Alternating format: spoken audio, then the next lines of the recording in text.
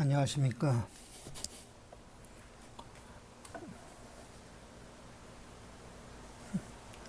이번 시간부터는 실제 회로를 꾸며가면서 직접 실험까지 해보는 과정으로 엮어보겠습니다. 우선은 회로를 처음 먼저 보시면은 가장 전원부터 가장 먼저 이제 분석을 하셔야 합니다. 전원하고 이제 배치 부분에 대해서 분석을 하셔야 하는데, 우선 브레드보드는 사람에 따라서 여러 가지 방법으로 이제 사용할 수 있는데, 지금 저 같은 경우에는 이렇게 가로로 쓰는 거를 좀 선호하고 있습니다. 이거는 이제 각자 개인의 취향에 맞게 그렇게 진행을 하시면 되겠습니다. 그리고 제가 선을 미리 꽂아 놓았는데요. 여기 플러스 라인이 있고 마이너스 라인이 있는데, 마이너스 라인은 이제 그라운드로 사용하면 되겠죠. 이 그라운드는 이쪽에 있는 파란 라인으로 전부 다 녹색 선을 이용해서 이렇게 다 연결을 미리 해 놨습니다. 그 다음에 플러스 선으로 가는 데는 여기 빨간색, 여기는 비워놨네요. 나름대로 이유가 있겠죠. 여기하고 여기까지 세 곳 빨간색으로 다 연결을 했습니다. 이제 브레드보드 전원은 그 회로에 따라서 다 달라지기 때문에 우선 먼저 회로에 배치하고 전원을 먼저 생각을 좀 하셔야 합니다. 저 같은 경우는 이렇게 옆으로 놓고 쓰기 때문에 크게 이렇게 IC가 꼽히는 라인은 이쪽 라인, 이쪽 라인, 이쪽 라인 해가지고 이 세 개의 라인을 기준으로 해서 IC를 꽂을 수가 있습니다. 딥 타입의 IC죠. 네. 그래서 지금 여기 배치를 먼저 보신다면 가급적이면 회로도하고 같은 방향으로 배치를 하시는 게 가장 한눈에 보시기에도 편하기 때문에 가장 좋습니다. 크게 이 회로에서는 IC가 하나, 둘, 셋, 넷, 5개가 쓰였네요. 대충 나눠보면은 이렇게 한 덩어리로 볼 수 있고, 여기 한 덩어리, 이쪽에 한 덩어리라고 보실 수 있겠습니다. 그래서 최종 출력은 아마 TP4 쪽이 되겠죠. 여기가 TP1, TP2, 3, 그리고 여기에 4, 여기가 제일 마지막이네요. TP4가 되겠네요. 그래서 이게 최종 라인이니까 요 두 개의 IC 이 부분은 이쪽에 가운데 쪽에 이렇게 구현을 하도록 하겠습니다. 가운데쯤에. 그리고 이 위에 있는, 이 오른쪽 위에 있는 거는 이쪽 위쪽에 구현을 한번 해보도록 하고요. 이쪽에 있는 거는 이쪽 가운데 위에다가 가운데쯤에 구현을 하셔도 되고, 약간 아래쪽에 구현을 하셔도 상관은 없을 것 같습니다. 가급적이면 이 가운데다 구현을 하게 되면 칩이 하나, 둘, 셋, 네 개가 연달아서 하기 때문에 너무 좀 좁을 수 있겠네요. 그러면은 이거는 약간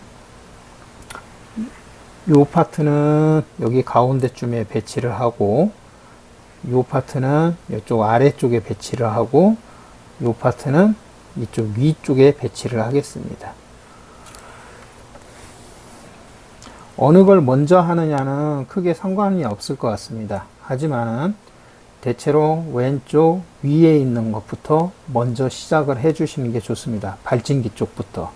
그래서 가만히 보시면은 이쪽 NEO는 발진기로 쓰였죠.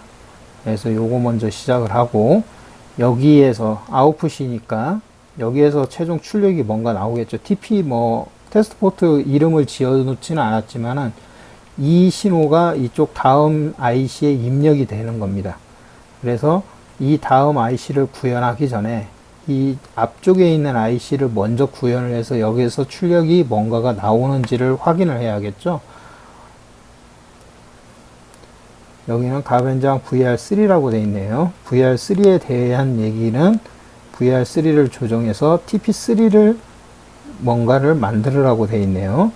그럼 TP2하고도 연관이 되겠네요. TP 출력이 10kHz, 여기가 10kHz가 된답니다.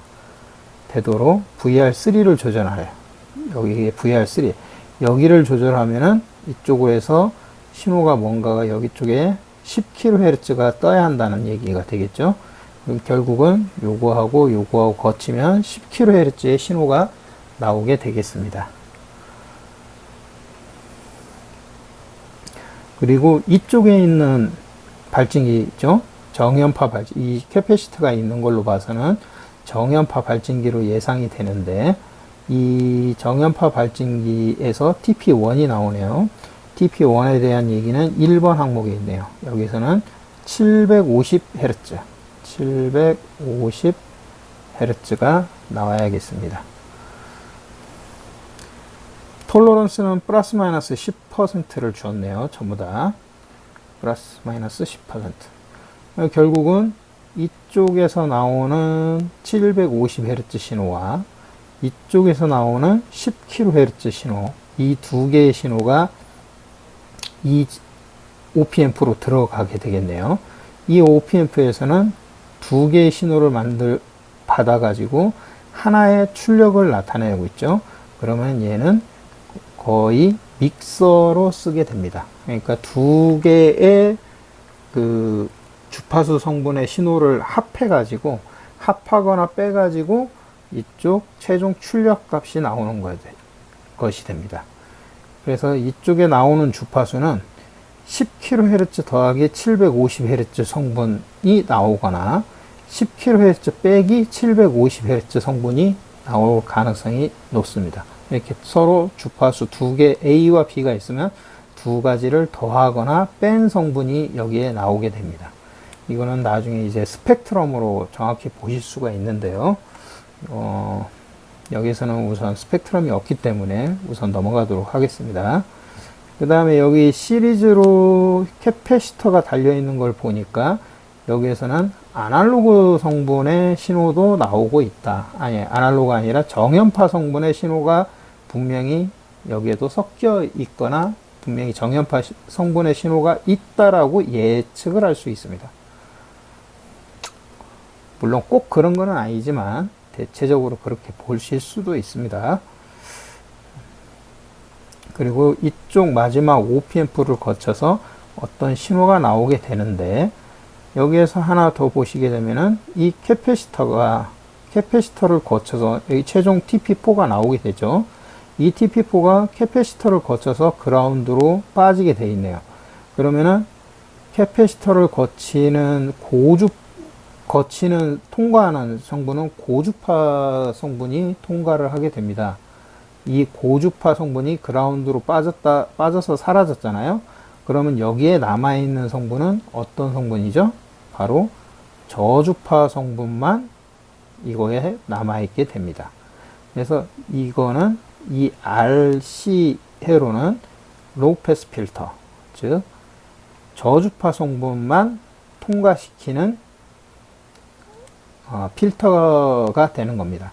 그래서 최종적으로 나오는 TP4는 저주파 성분만 남을 가능성이 높을 것으로 예상이 됩니다. 자, 그러면은 저 같은 경우에는 먼저 이렇게 하나를 해가지고 다 꽂는 방식이 아니고요.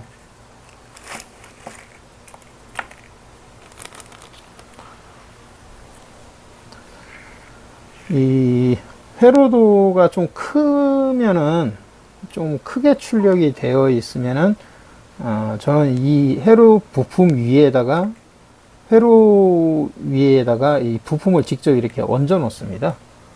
얹어 놓는데 지금 요거는 좀 작기 때문에 부품 위에 회로를 이렇게 얹어 놓을 수 있는 환경이 안 되고요.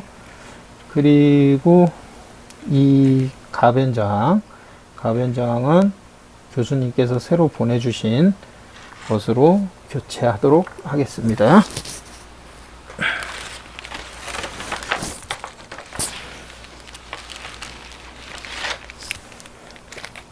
써보자. 가변장 100kg 하고 100kg 2개,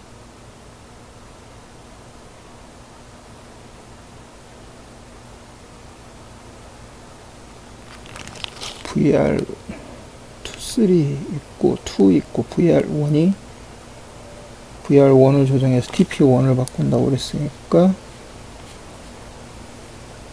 TP1이 여기는 VR1 50kg 하나, 100kg 2개네요.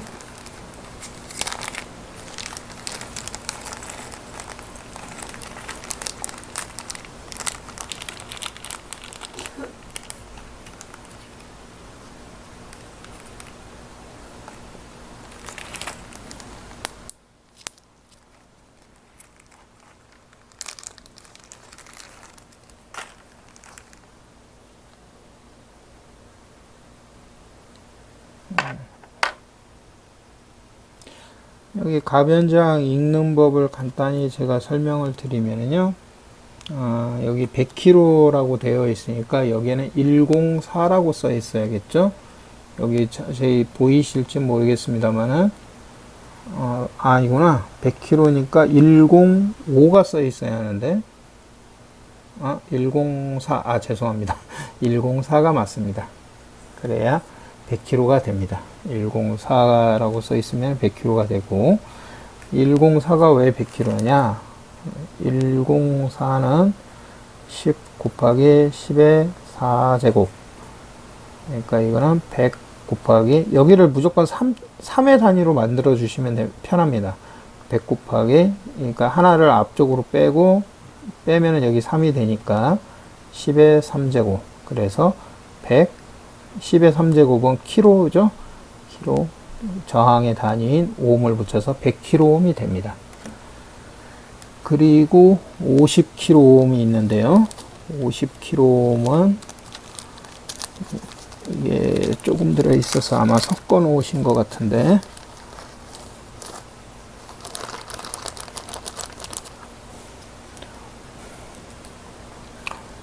(50kΩ)은 50의 3개잖아요. 그러면은 50 곱하기 10의 3제곱이니까 503이 되겠죠.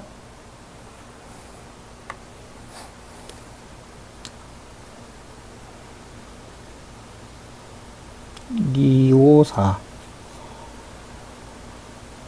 502 501 102 502 501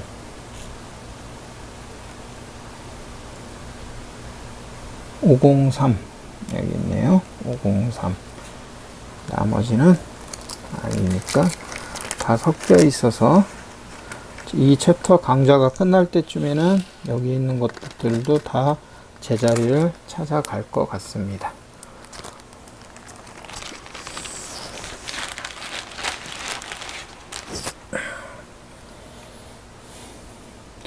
자, 그래서 503 여기 있고 104 여기도 104. 제일 중요한 건 NEO 쪽을 할 거니까요. NEO 쪽가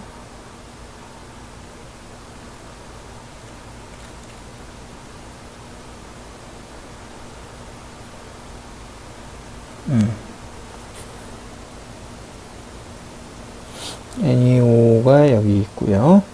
이 보드는 여기 밑에 쪽에 구현하기로 했으니까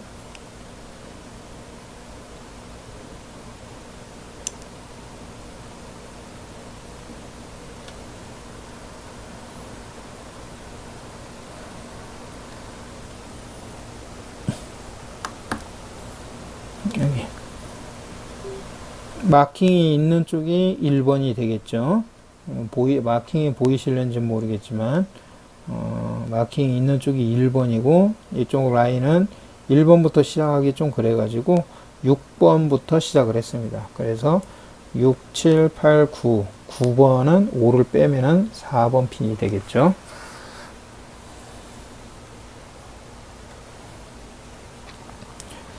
그리고 자, NEO를 꽂았고요.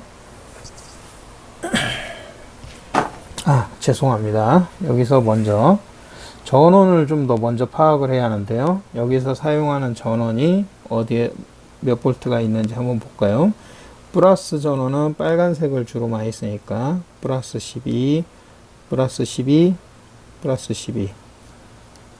잠깐 옮겨 놓고 여기도 플러스 12. 여기에 마이너스 12가 있네요. 제가 삼색 볼펜밖에 안 되니까 마이너스 12에 파란색으로 좀 강조를 해 놓고, 주로 IC 주위에는 분명히 전원이 필이 있어야 합니다. RLC 주위에도 있을 수는 있는데 대체로는 없네요. 그리고 이쪽에도 따로 전원 들어가는 게 여기에서 다 표기가 되어 있기 때문에 따로 이쪽에는 없을 것 같고, OP앰프 쪽은 대체로 요거처럼 전원이 플러스와 마이너스가 같이 들어가는 경우도 있고요. 플러스와 그라운드로 연결되는 경우가 있습니다. 어쨌든 OPF의 주위에는 항상 전원이 들어간다라는 거 명심해 주십시오.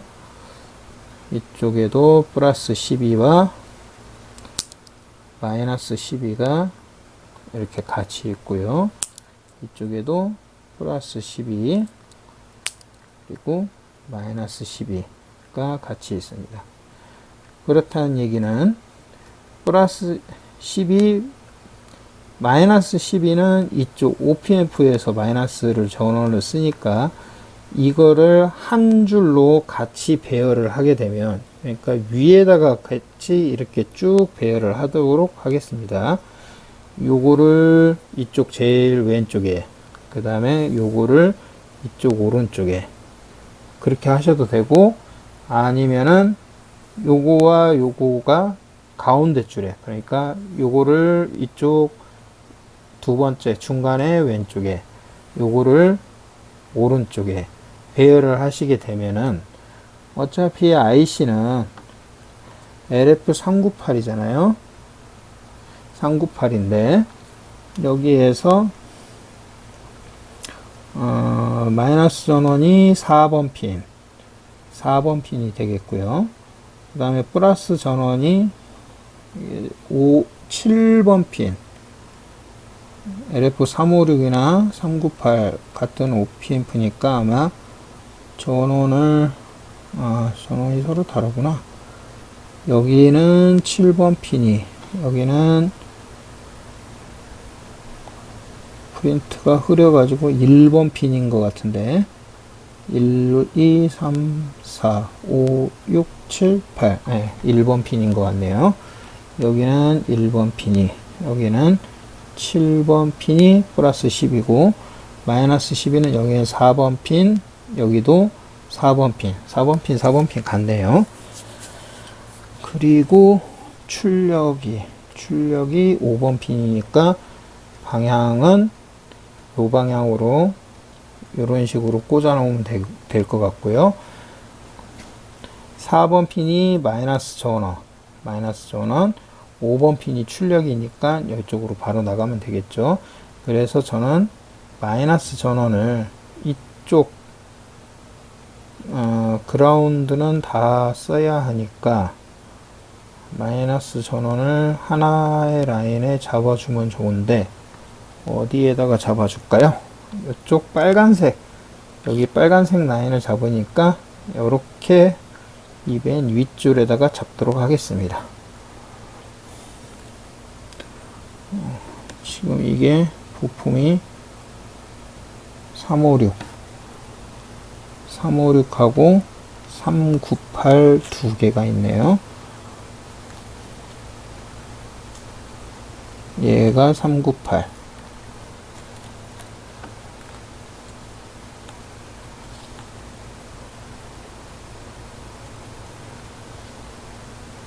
얘도 398. 398이 두 개고 356은 여기 위에 거니까 얘가 이쪽으로 와야겠고요. 마이너스 4번 핀이 마이너스니까 이쪽 밑으로 쓰기로 했고, 11번 쪽에다가 맞춰서 꽂도록 하겠습니다. 이렇게 꽂아주고, 여기도 4번 핀이 약간 휘었네요.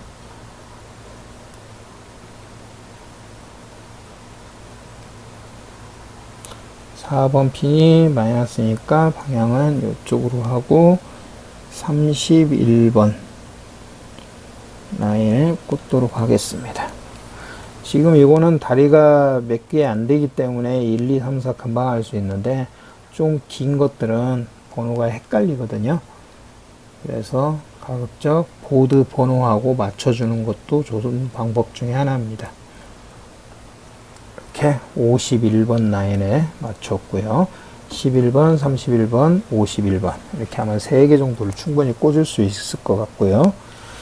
그래서 여기 빨간색 밑에 줄을 마이너스 12V로 쓸 거고요. 여기 위에 줄은 12V. 그러니까 여기가 비어 있네요. 여기도 12V, 12V, 12V 이런 식으로 사용할 예정입니다.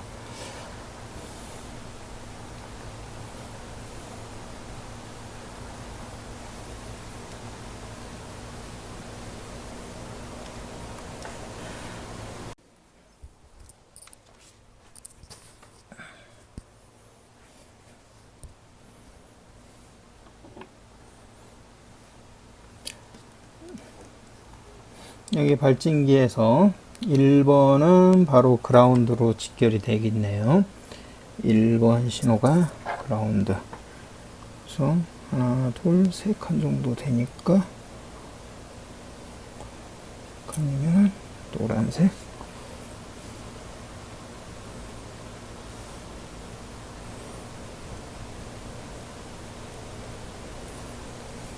짧은 거.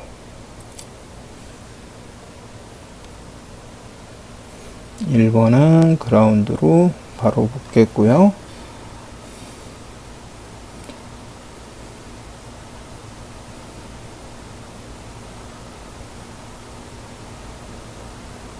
어디부터 할까요?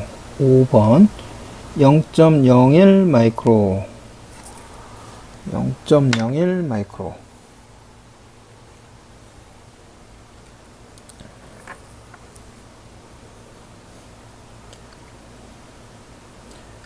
마이크로 단위가 있고 그 밑에 피코 나노 그 밑에 피코 그 다음에 펜토인데 뭐 펜토까지는 거의 안 가니까요. 캐패시터의 기본 단위는 피코 단위입니다. 피코 단위이고 여기에 1000배가 나노이고 그 다음에 여기에 또 1000배가 마이크로 단위이거든요. 그렇다면은 0.01 마이크로는 10 나노이고요. 여기에서 1000배를 해주면은 나노가 되겠죠. 그래서 1000배를 한다는 게 소수점 위치를 하나, 둘, 세 개 뒤로 빼주니까 10 나노가 되고 또 여기에 1000배를 더해 주니까 10에다가 3개를 더 붙여주면은 요거 피코가 되겠죠. 그러면은 여기에 3개를 지우는 대신에 앞에 두 자리만 남기면 10 유효 숫자 2개에 여기는 03개를 지우고 103이 되겠네요. 그래서 0.01 마이크로는 103이 되겠습니다. 103이면은 엄청 작을 거예요.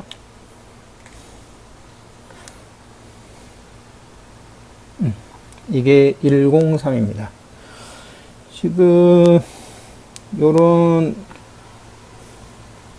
지금 요거는 여기에서 5번에서 바로 그라운드로 바로 가죠. 여기 5번에서부터 여기가 5번이네요. 1, 2, 3, 4, 5번. 여기가 5번이죠. 여기에서 그라운드로 바로 가니까 한 요 정도의 길이만 있으면 되니까 적당히 한번 보시면은 한 그 리드 선의 한 중간 정도 중간 정도만 자르시면은 이건 웬만하면 다 들어갑니다. 그래서 여기 5번하고 그라운드하고 이렇게 바로 직결을 하시면 되겠습니다.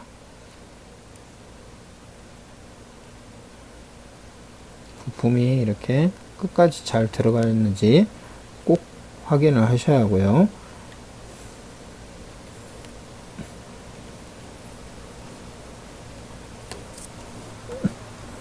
휘어져 버렸네요.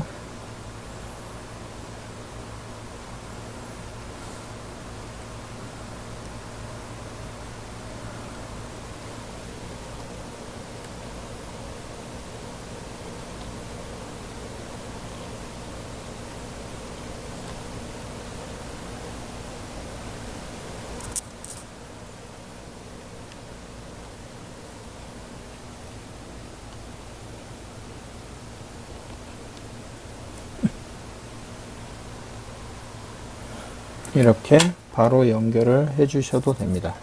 그 다음에 다 끝난 거는 이렇게 선을 형광펜이 있으면 참 좋아요. 지금 저는 형광펜이 없으니까 이렇게 그려주면 좋겠습니다. 이 형광펜이 없으니까 볼펜으로 하게 되는데 형광펜이 제일 좋은 것 같습니다. 그리고 여기 3번이 다음으로 넘어가게 되어 있거든요. 다음 거에 3번으로 넘어가게 되어 있는데 이거는 그냥 좀 기다란 걸로 해서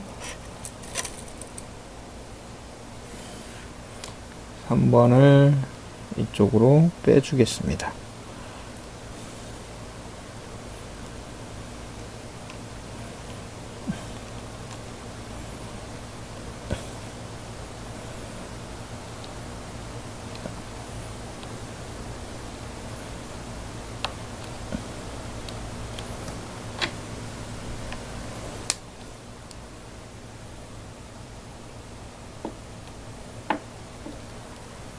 출력이라는 거는 알고 있고,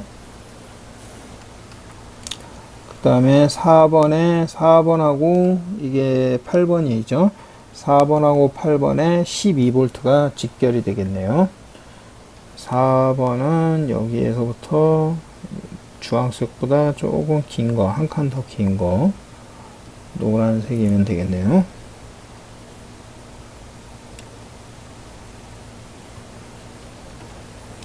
그 다음에 4번하고 8번이죠. 8번이 바로 이거는 주황색이면 되겠네요.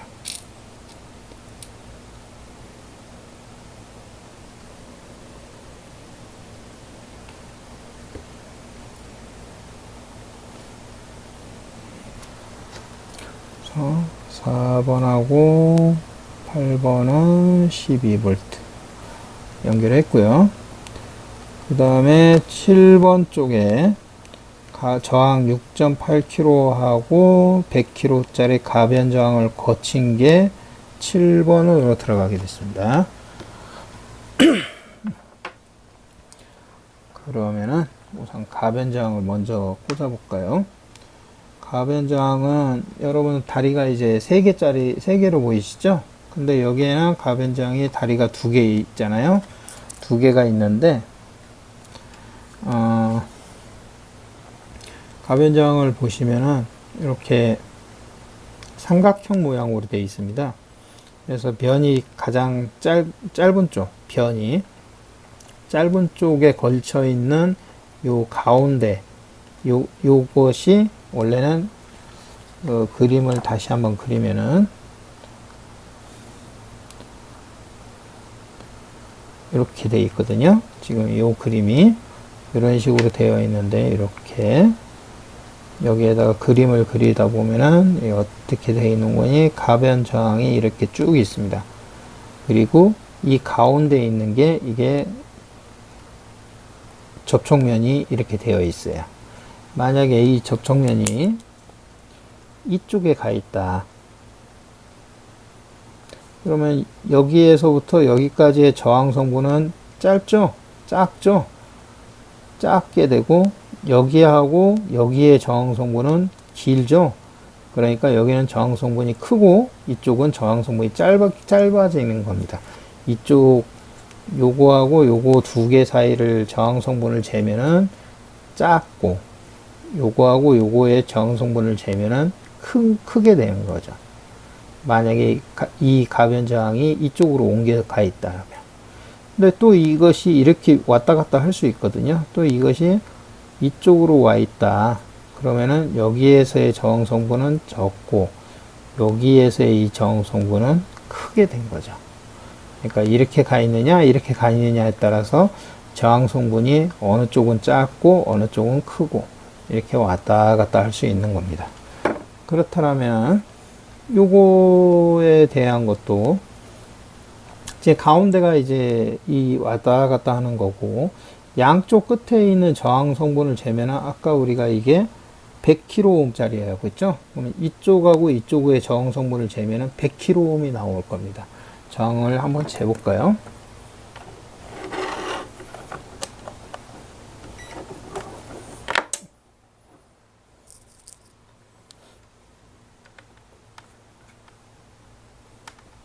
저항이 잘 보이려는지 모르겠는데 이렇게 해서 재보니까 101.4kΩ이 나오게 됩니다. 보이시나요? 101.1kΩ 이렇게 나오고, 이거는 양쪽 끝을 잰 거기 때문에 항상 최대값이 나옵니다. 무조건. 이제 요렇게 잴 때와 또 요렇게 잴 때 요거에 따라서 요렇게 값하고 요렇게 값하고가 서로 달라지게 되거든요. 이거는 이 가변저항의 화살표가 어디 있느냐에 따라서 달라집니다. 지금 여러분 잘 보이는지 모르겠는데 지금 화살표가 거의 끝에 와 있거든요. 그렇다라는 것은 한쪽은 굉장히 작고 한쪽은 굉장히 클 겁니다. 한번 볼까요? 어느 쪽이 작고 어느 쪽이 큰지. 그거는 이제 가운데를 기준으로 해서 재야하니까, 가운데를 기준으로 해서 빨간색을 가운데다 두고 이 위쪽을 한번 재봤습니다. 그랬더니 저항 성분이 0.155이 나오네요. 그렇다는 얘기는 이쪽하고 이쪽은 거의 쇼트 상태다. 거의 붙어 있는 상태다. 저항 성분이 굉장히 작다. 그래서 가운데가 한 이 정도 올라와 있다는 얘기죠. 이렇게 이 화살표처럼 여기와 여기는 저항 성분이 0.155밖에 안 되고, 그러면 여기하고 여기는 저항 성분이 여기 거의 그대로 100kΩ이 거의 다 나오겠죠. 다 재볼게요. 직접 재보면은 101.54kΩ 나오네요. 그렇죠? 지금 화살표가 그러니까 위쪽으로 거의 올라가 있기 때문에 이것과 이것은 저항 성분이 매우 작고, 이것과 이것은 거의 최대치가 다 나오고 있습니다. 이제 그렇다는 거를 이제 좀 잘 알아두셨을 테니까 이해가 가셨을 거라고 믿고, 다음 이거를 한번 봅시다. 지금 요거는 가변저항은 맞아요. 가변저항은 맞는데 이 포인트가 2포인트밖에 안 되네요. 이 2포인트를 그럼 어떻게 연결을 해야 하느냐? 무조건 가운데 핀은 연결을 하셔야 합니다. 가운데 핀은 하나를 연결을 하시고, 나머지 하나는 위쪽을 쓰든 밑에 쪽을 쓰든 그건 여러분 자유입니다. 마음대로 쓰시면 됩니다. 그리고 나머지 쓰는 거 말고 나머지 하나는 그냥 놔두셔도 됩니다. 아무것도 연결하지 말고 그냥 놔두시는 거죠.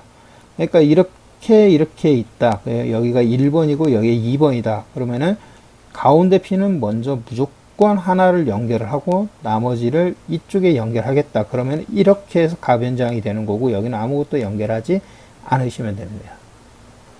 이렇게 해서 가변저항을 2핀짜리이지만 3핀짜리 가지고 이렇게 사용하실 수가 있습니다.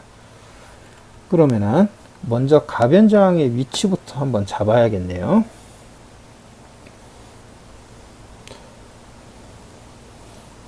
가운데 핀을 여기에다가 두고 이렇게 잡았습니다. 1번, 2번, 3번. 그러니까 가운데 핀이 2번 라인에 연결이 되고 왼쪽은 1번 라인에, 오른쪽은 3번 라인에.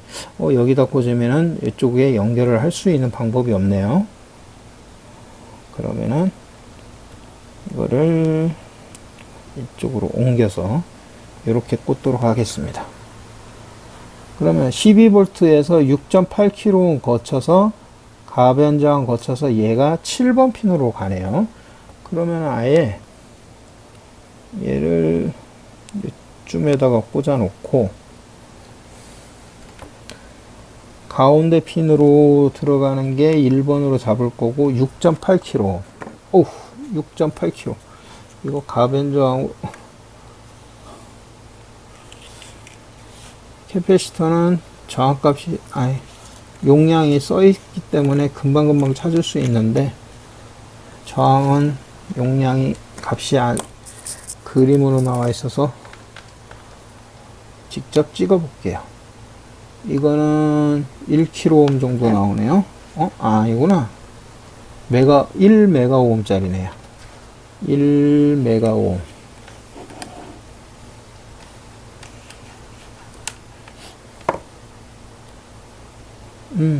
여기 있네요. 1메가오hm.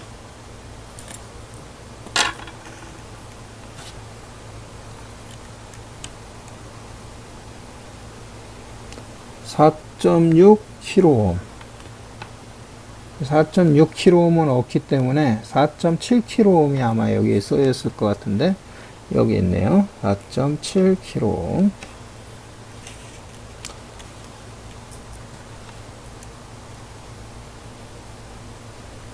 3.24kΩ. 3.24kΩ은 아마 거의 없기 때문에 3.3kΩ이 있을 거예요.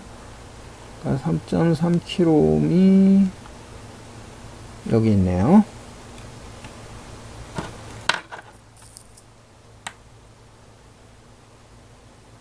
6.7kΩ.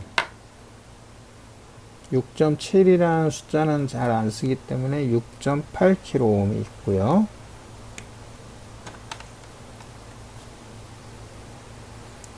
9.79kΩ.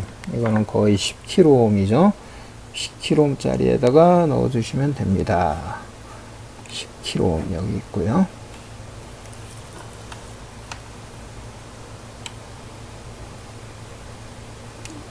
9.88kΩ이니까 이것도 10kΩ이네요.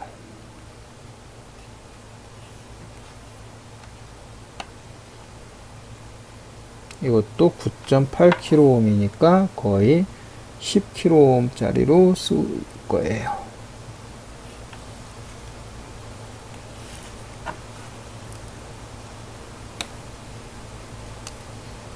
이건 0.98 메가오음이니까 1 메가오음으로 쓰일 겁니다. 여기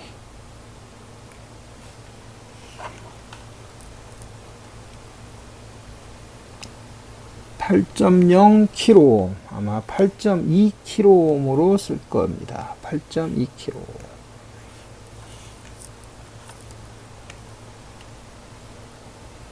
9.88kΩ, 10kΩ으로 아마 쓰일 것 같습니다. 10kΩ짜리 하나가 있을 텐데요. 여기 있네요. 10kΩ. 자, 이렇게 해서 저항의 위치에다가 살짝 올려놨습니다. 지금 내가 하려고 하는 건 6.8kΩ. 요거를 갖다 꽂을 거니까요. 크게 멀리 벗어나지 않는다고 생각이 되면은 한 대충 절반 정도를 이렇게 잘라주시면 됩니다. 네, 6.8kΩ이 여기 가변장에 1번으로 갔고요. 그 다음에 12V이죠. 그러면은 여기 중간이니까 5번, 4번 하고 12V. 조금 가깝네요. 가까우니까 얘를 가변장이 잘 들어가네. 잘 꽂히네. 굉장히 잘 산 것 같아요.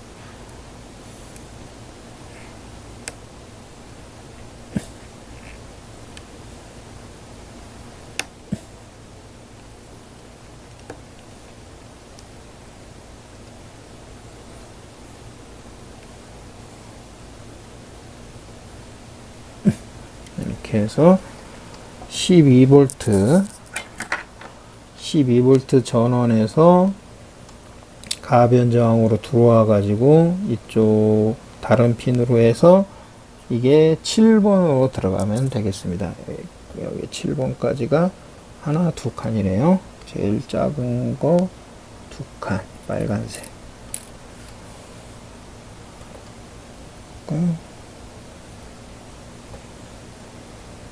이렇게 하면은 7번으로 연결이 될 것 같습니다.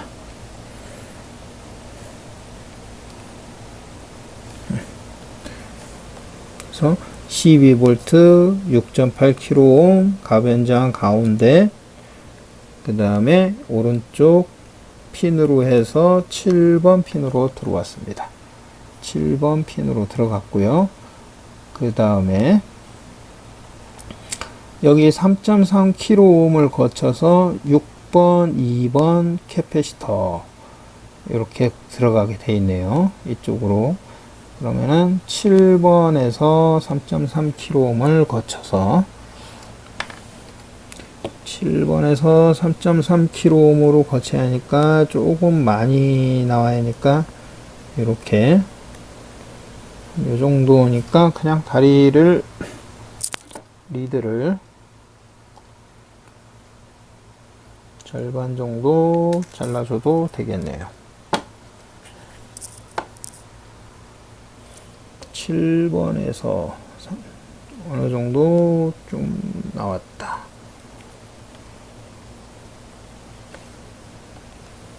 이렇게 나왔고요. 7번에서 3.3km 거쳐서 나왔고요. 여기에 0.0022 마이크로 0.0022 마이크로면은 곱하기 마이크로가 나노페럿으로 바뀌려면 공을 3개를 더 곱해주면 되죠. 하나, 둘, 셋. 2.2 나노페럿.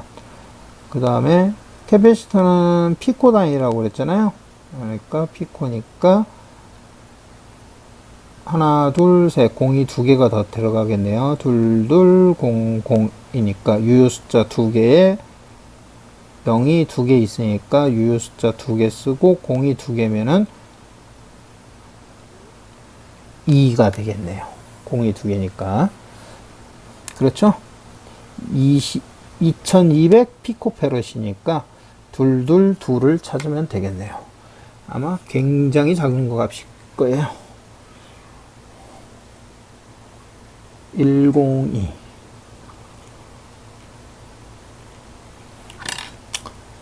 자, 둘은 없고 202가 있네요. 202. 202는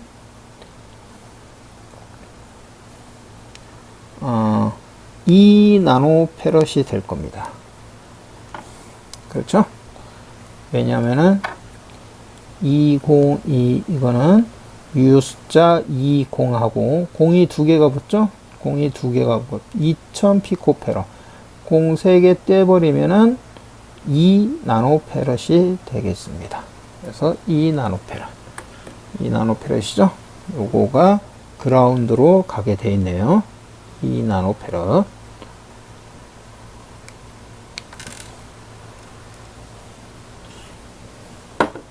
(3.3kΩ이) 여기 그라운드로 너무 짧게 잘랐다.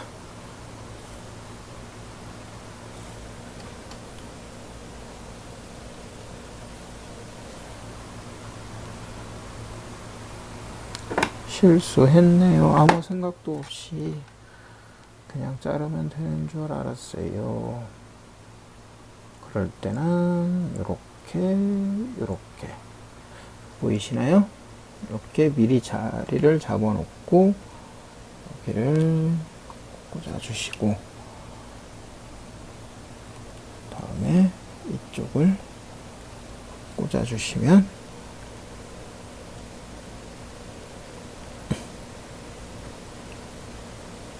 되겠습니다.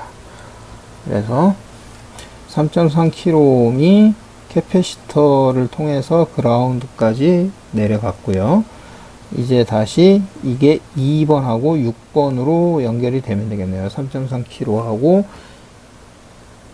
2.2 나노페럿 하고 요 핀이 2번하고 6번으로 들어가 주면 됩니다.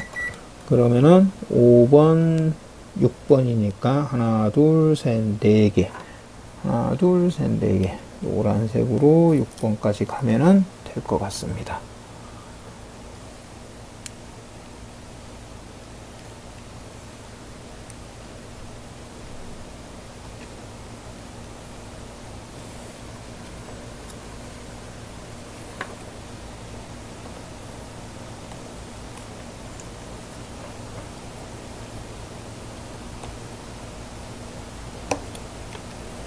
이렇게 해서 6번까지는 연결을 했고요. 다시 이게 2번으로 가야겠네요. 여기에서 2번 요렇게까지 또 와야 하니까 노란색보다 하나 더 긴 거.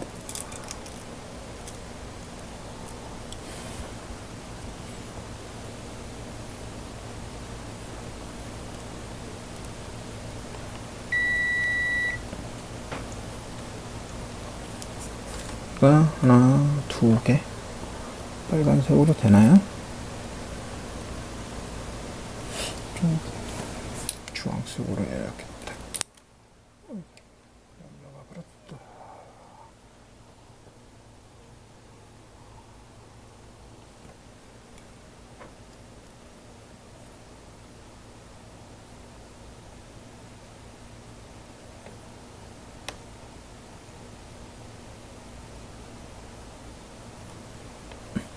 이렇게 해서 2번에서부터 여기까지, 그러니까 캐패시터하고 6번하고 저항하고, 그러니까 2번에서 캐패시터하고 6번하고 저항하고 요 라인이죠. 이렇게 전부 다 연결을 했습니다. 그러면 지금 우리가 저항 통해서 7번으로도 갔고, 이것도 체크를 해주겠죠. 이렇게 포밍을 했으면 7번으로도 갔고, 이것 통해서 캐패시터 통해서 그라운드로 갔고, 2번, 6번까지 갔습니다. 그럼 이 칩에서 구현할 거는 다 했네요. 너무 좁게 너무 좁게 구현이 돼 버렸네요. 그러면 여기에서 어쨌든 구현을 했으니까 결과를 한번 봐야겠죠. 전원을 켜고 오실로스코프도 켜고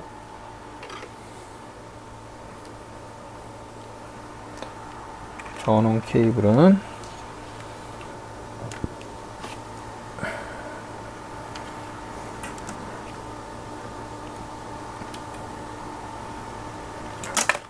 좀 안전하게 해야 하니까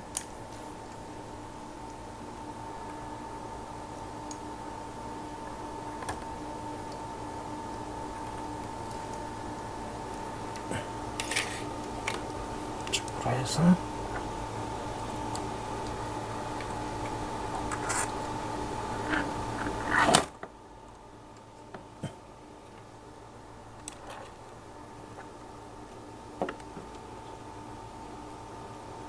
했고요. 여기는 5V 되어 있고, 커런트는 항상 9시, 9시. 여기는 8V. 이게 12V라고 그랬잖아요. 12V. 대충 이렇게 되어 있고, 항상 연결하기 전에 확인.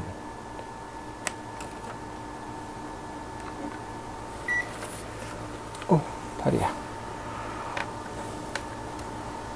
로 해서 여기하고 여기하고 해서 12.24V, 한 0.1 정도 더 낮춰주고, 대충 11.9V, 11. 이 정도면은 딱 맞게 나오겠네요. 자, 그리고 난 다음에 여기에서 전원을 다시 연결을 해야겠죠. 우선 파워를 뭐든지 항상 연결할 때는 파워를 끄고, 저도 이런 거를 좀 미리 만들어 놨어야 했는데 미리 못 만들어 놨네요. 그래서 12V죠. 이쪽 라인은 좀 많이 까고,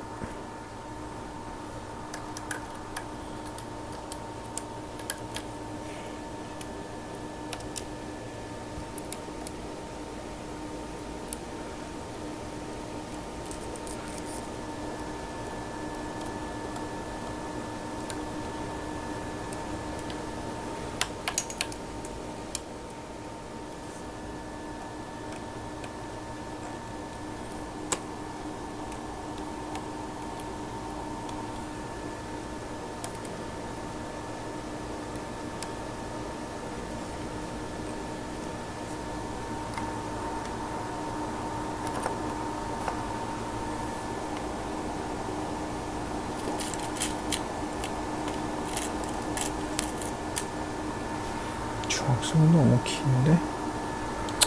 그래도 쓰지 뭐.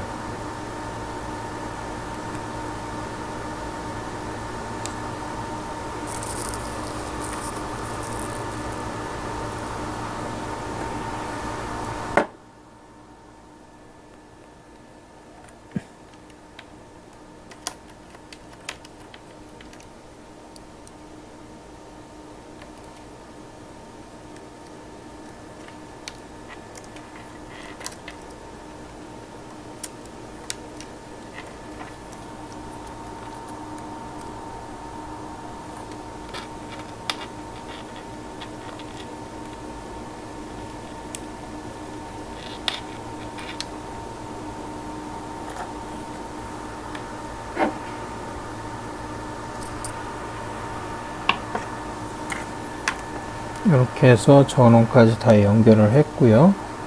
여기에 따로 마이너스 전원이 들어가는 게 없기 때문에 한번 전원을 넣어 보겠습니다.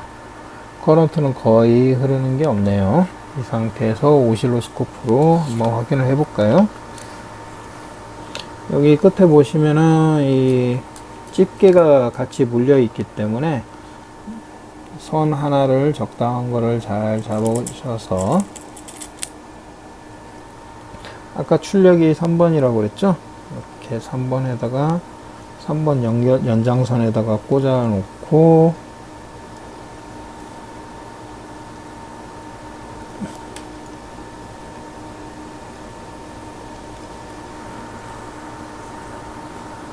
신호선을 이렇게 연결하고, 이쪽 선에도 적당한 거를 잡으셔서 이렇게 꽂아 놓고 같이 그라운드를 가급적 물려주시는 게 신호를 측정하는 데 있어서 좋습니다. 요 계측기가 안 보이실 거예요. 지금 출력 나오는 게, 화면을 좀 조정을 해 볼게요.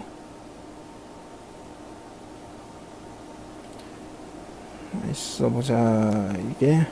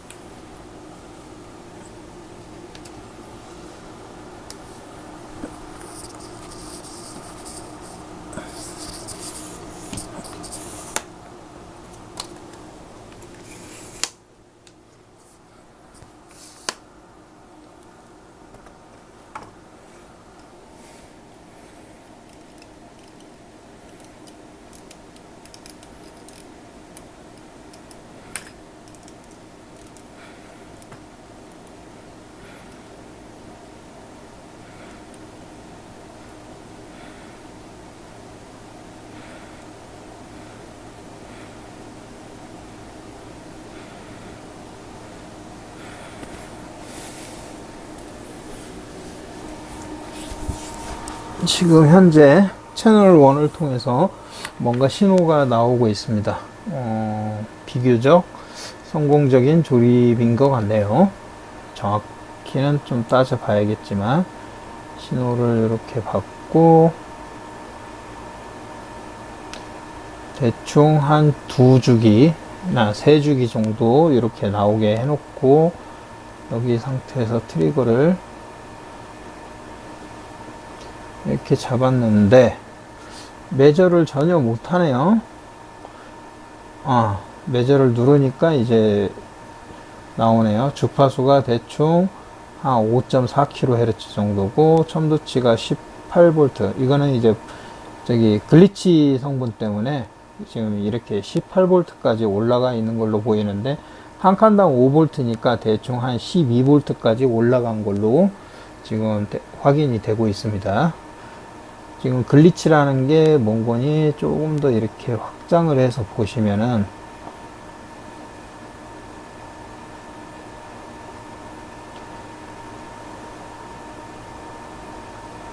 여기서 보시면은 신호가 로우로 나오다가 이렇게 갑자기 튀는 거죠.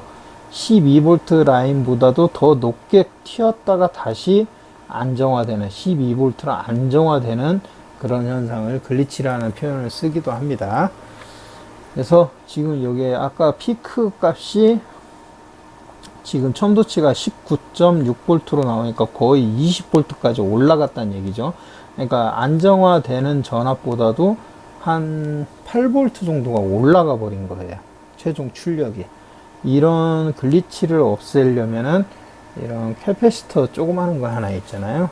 요거를 출력 라인하고 그라운드 라인하고 살짝 한번 연결을 해 보시면은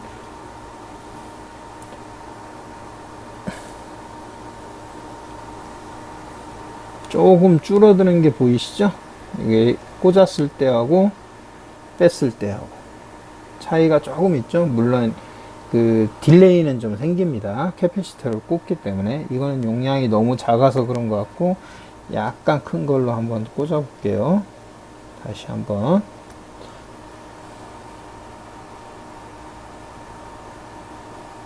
이런 식으로 많이 줄었죠. 글리치는 이제 거의 없어졌는데 딜레이가 너무 크게 생겼어요. 용량이 너무 크다는 얘기죠.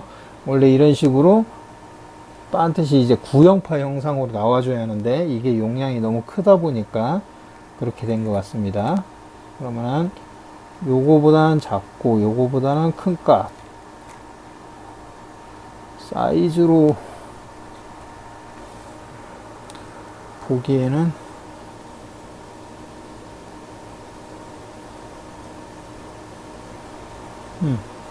이게 약간 글리치는 있지만 거의 없고 딜레이 현상도 그렇게 많이 생기지도 않고 적당한 값이라고 생각이 되네요. 이런 식으로 해서 보실 수 있습니다. 아까보다 글리치가 이렇게 아까 8V 정도까지 올라왔는데 지금은 많이 안 올라가죠.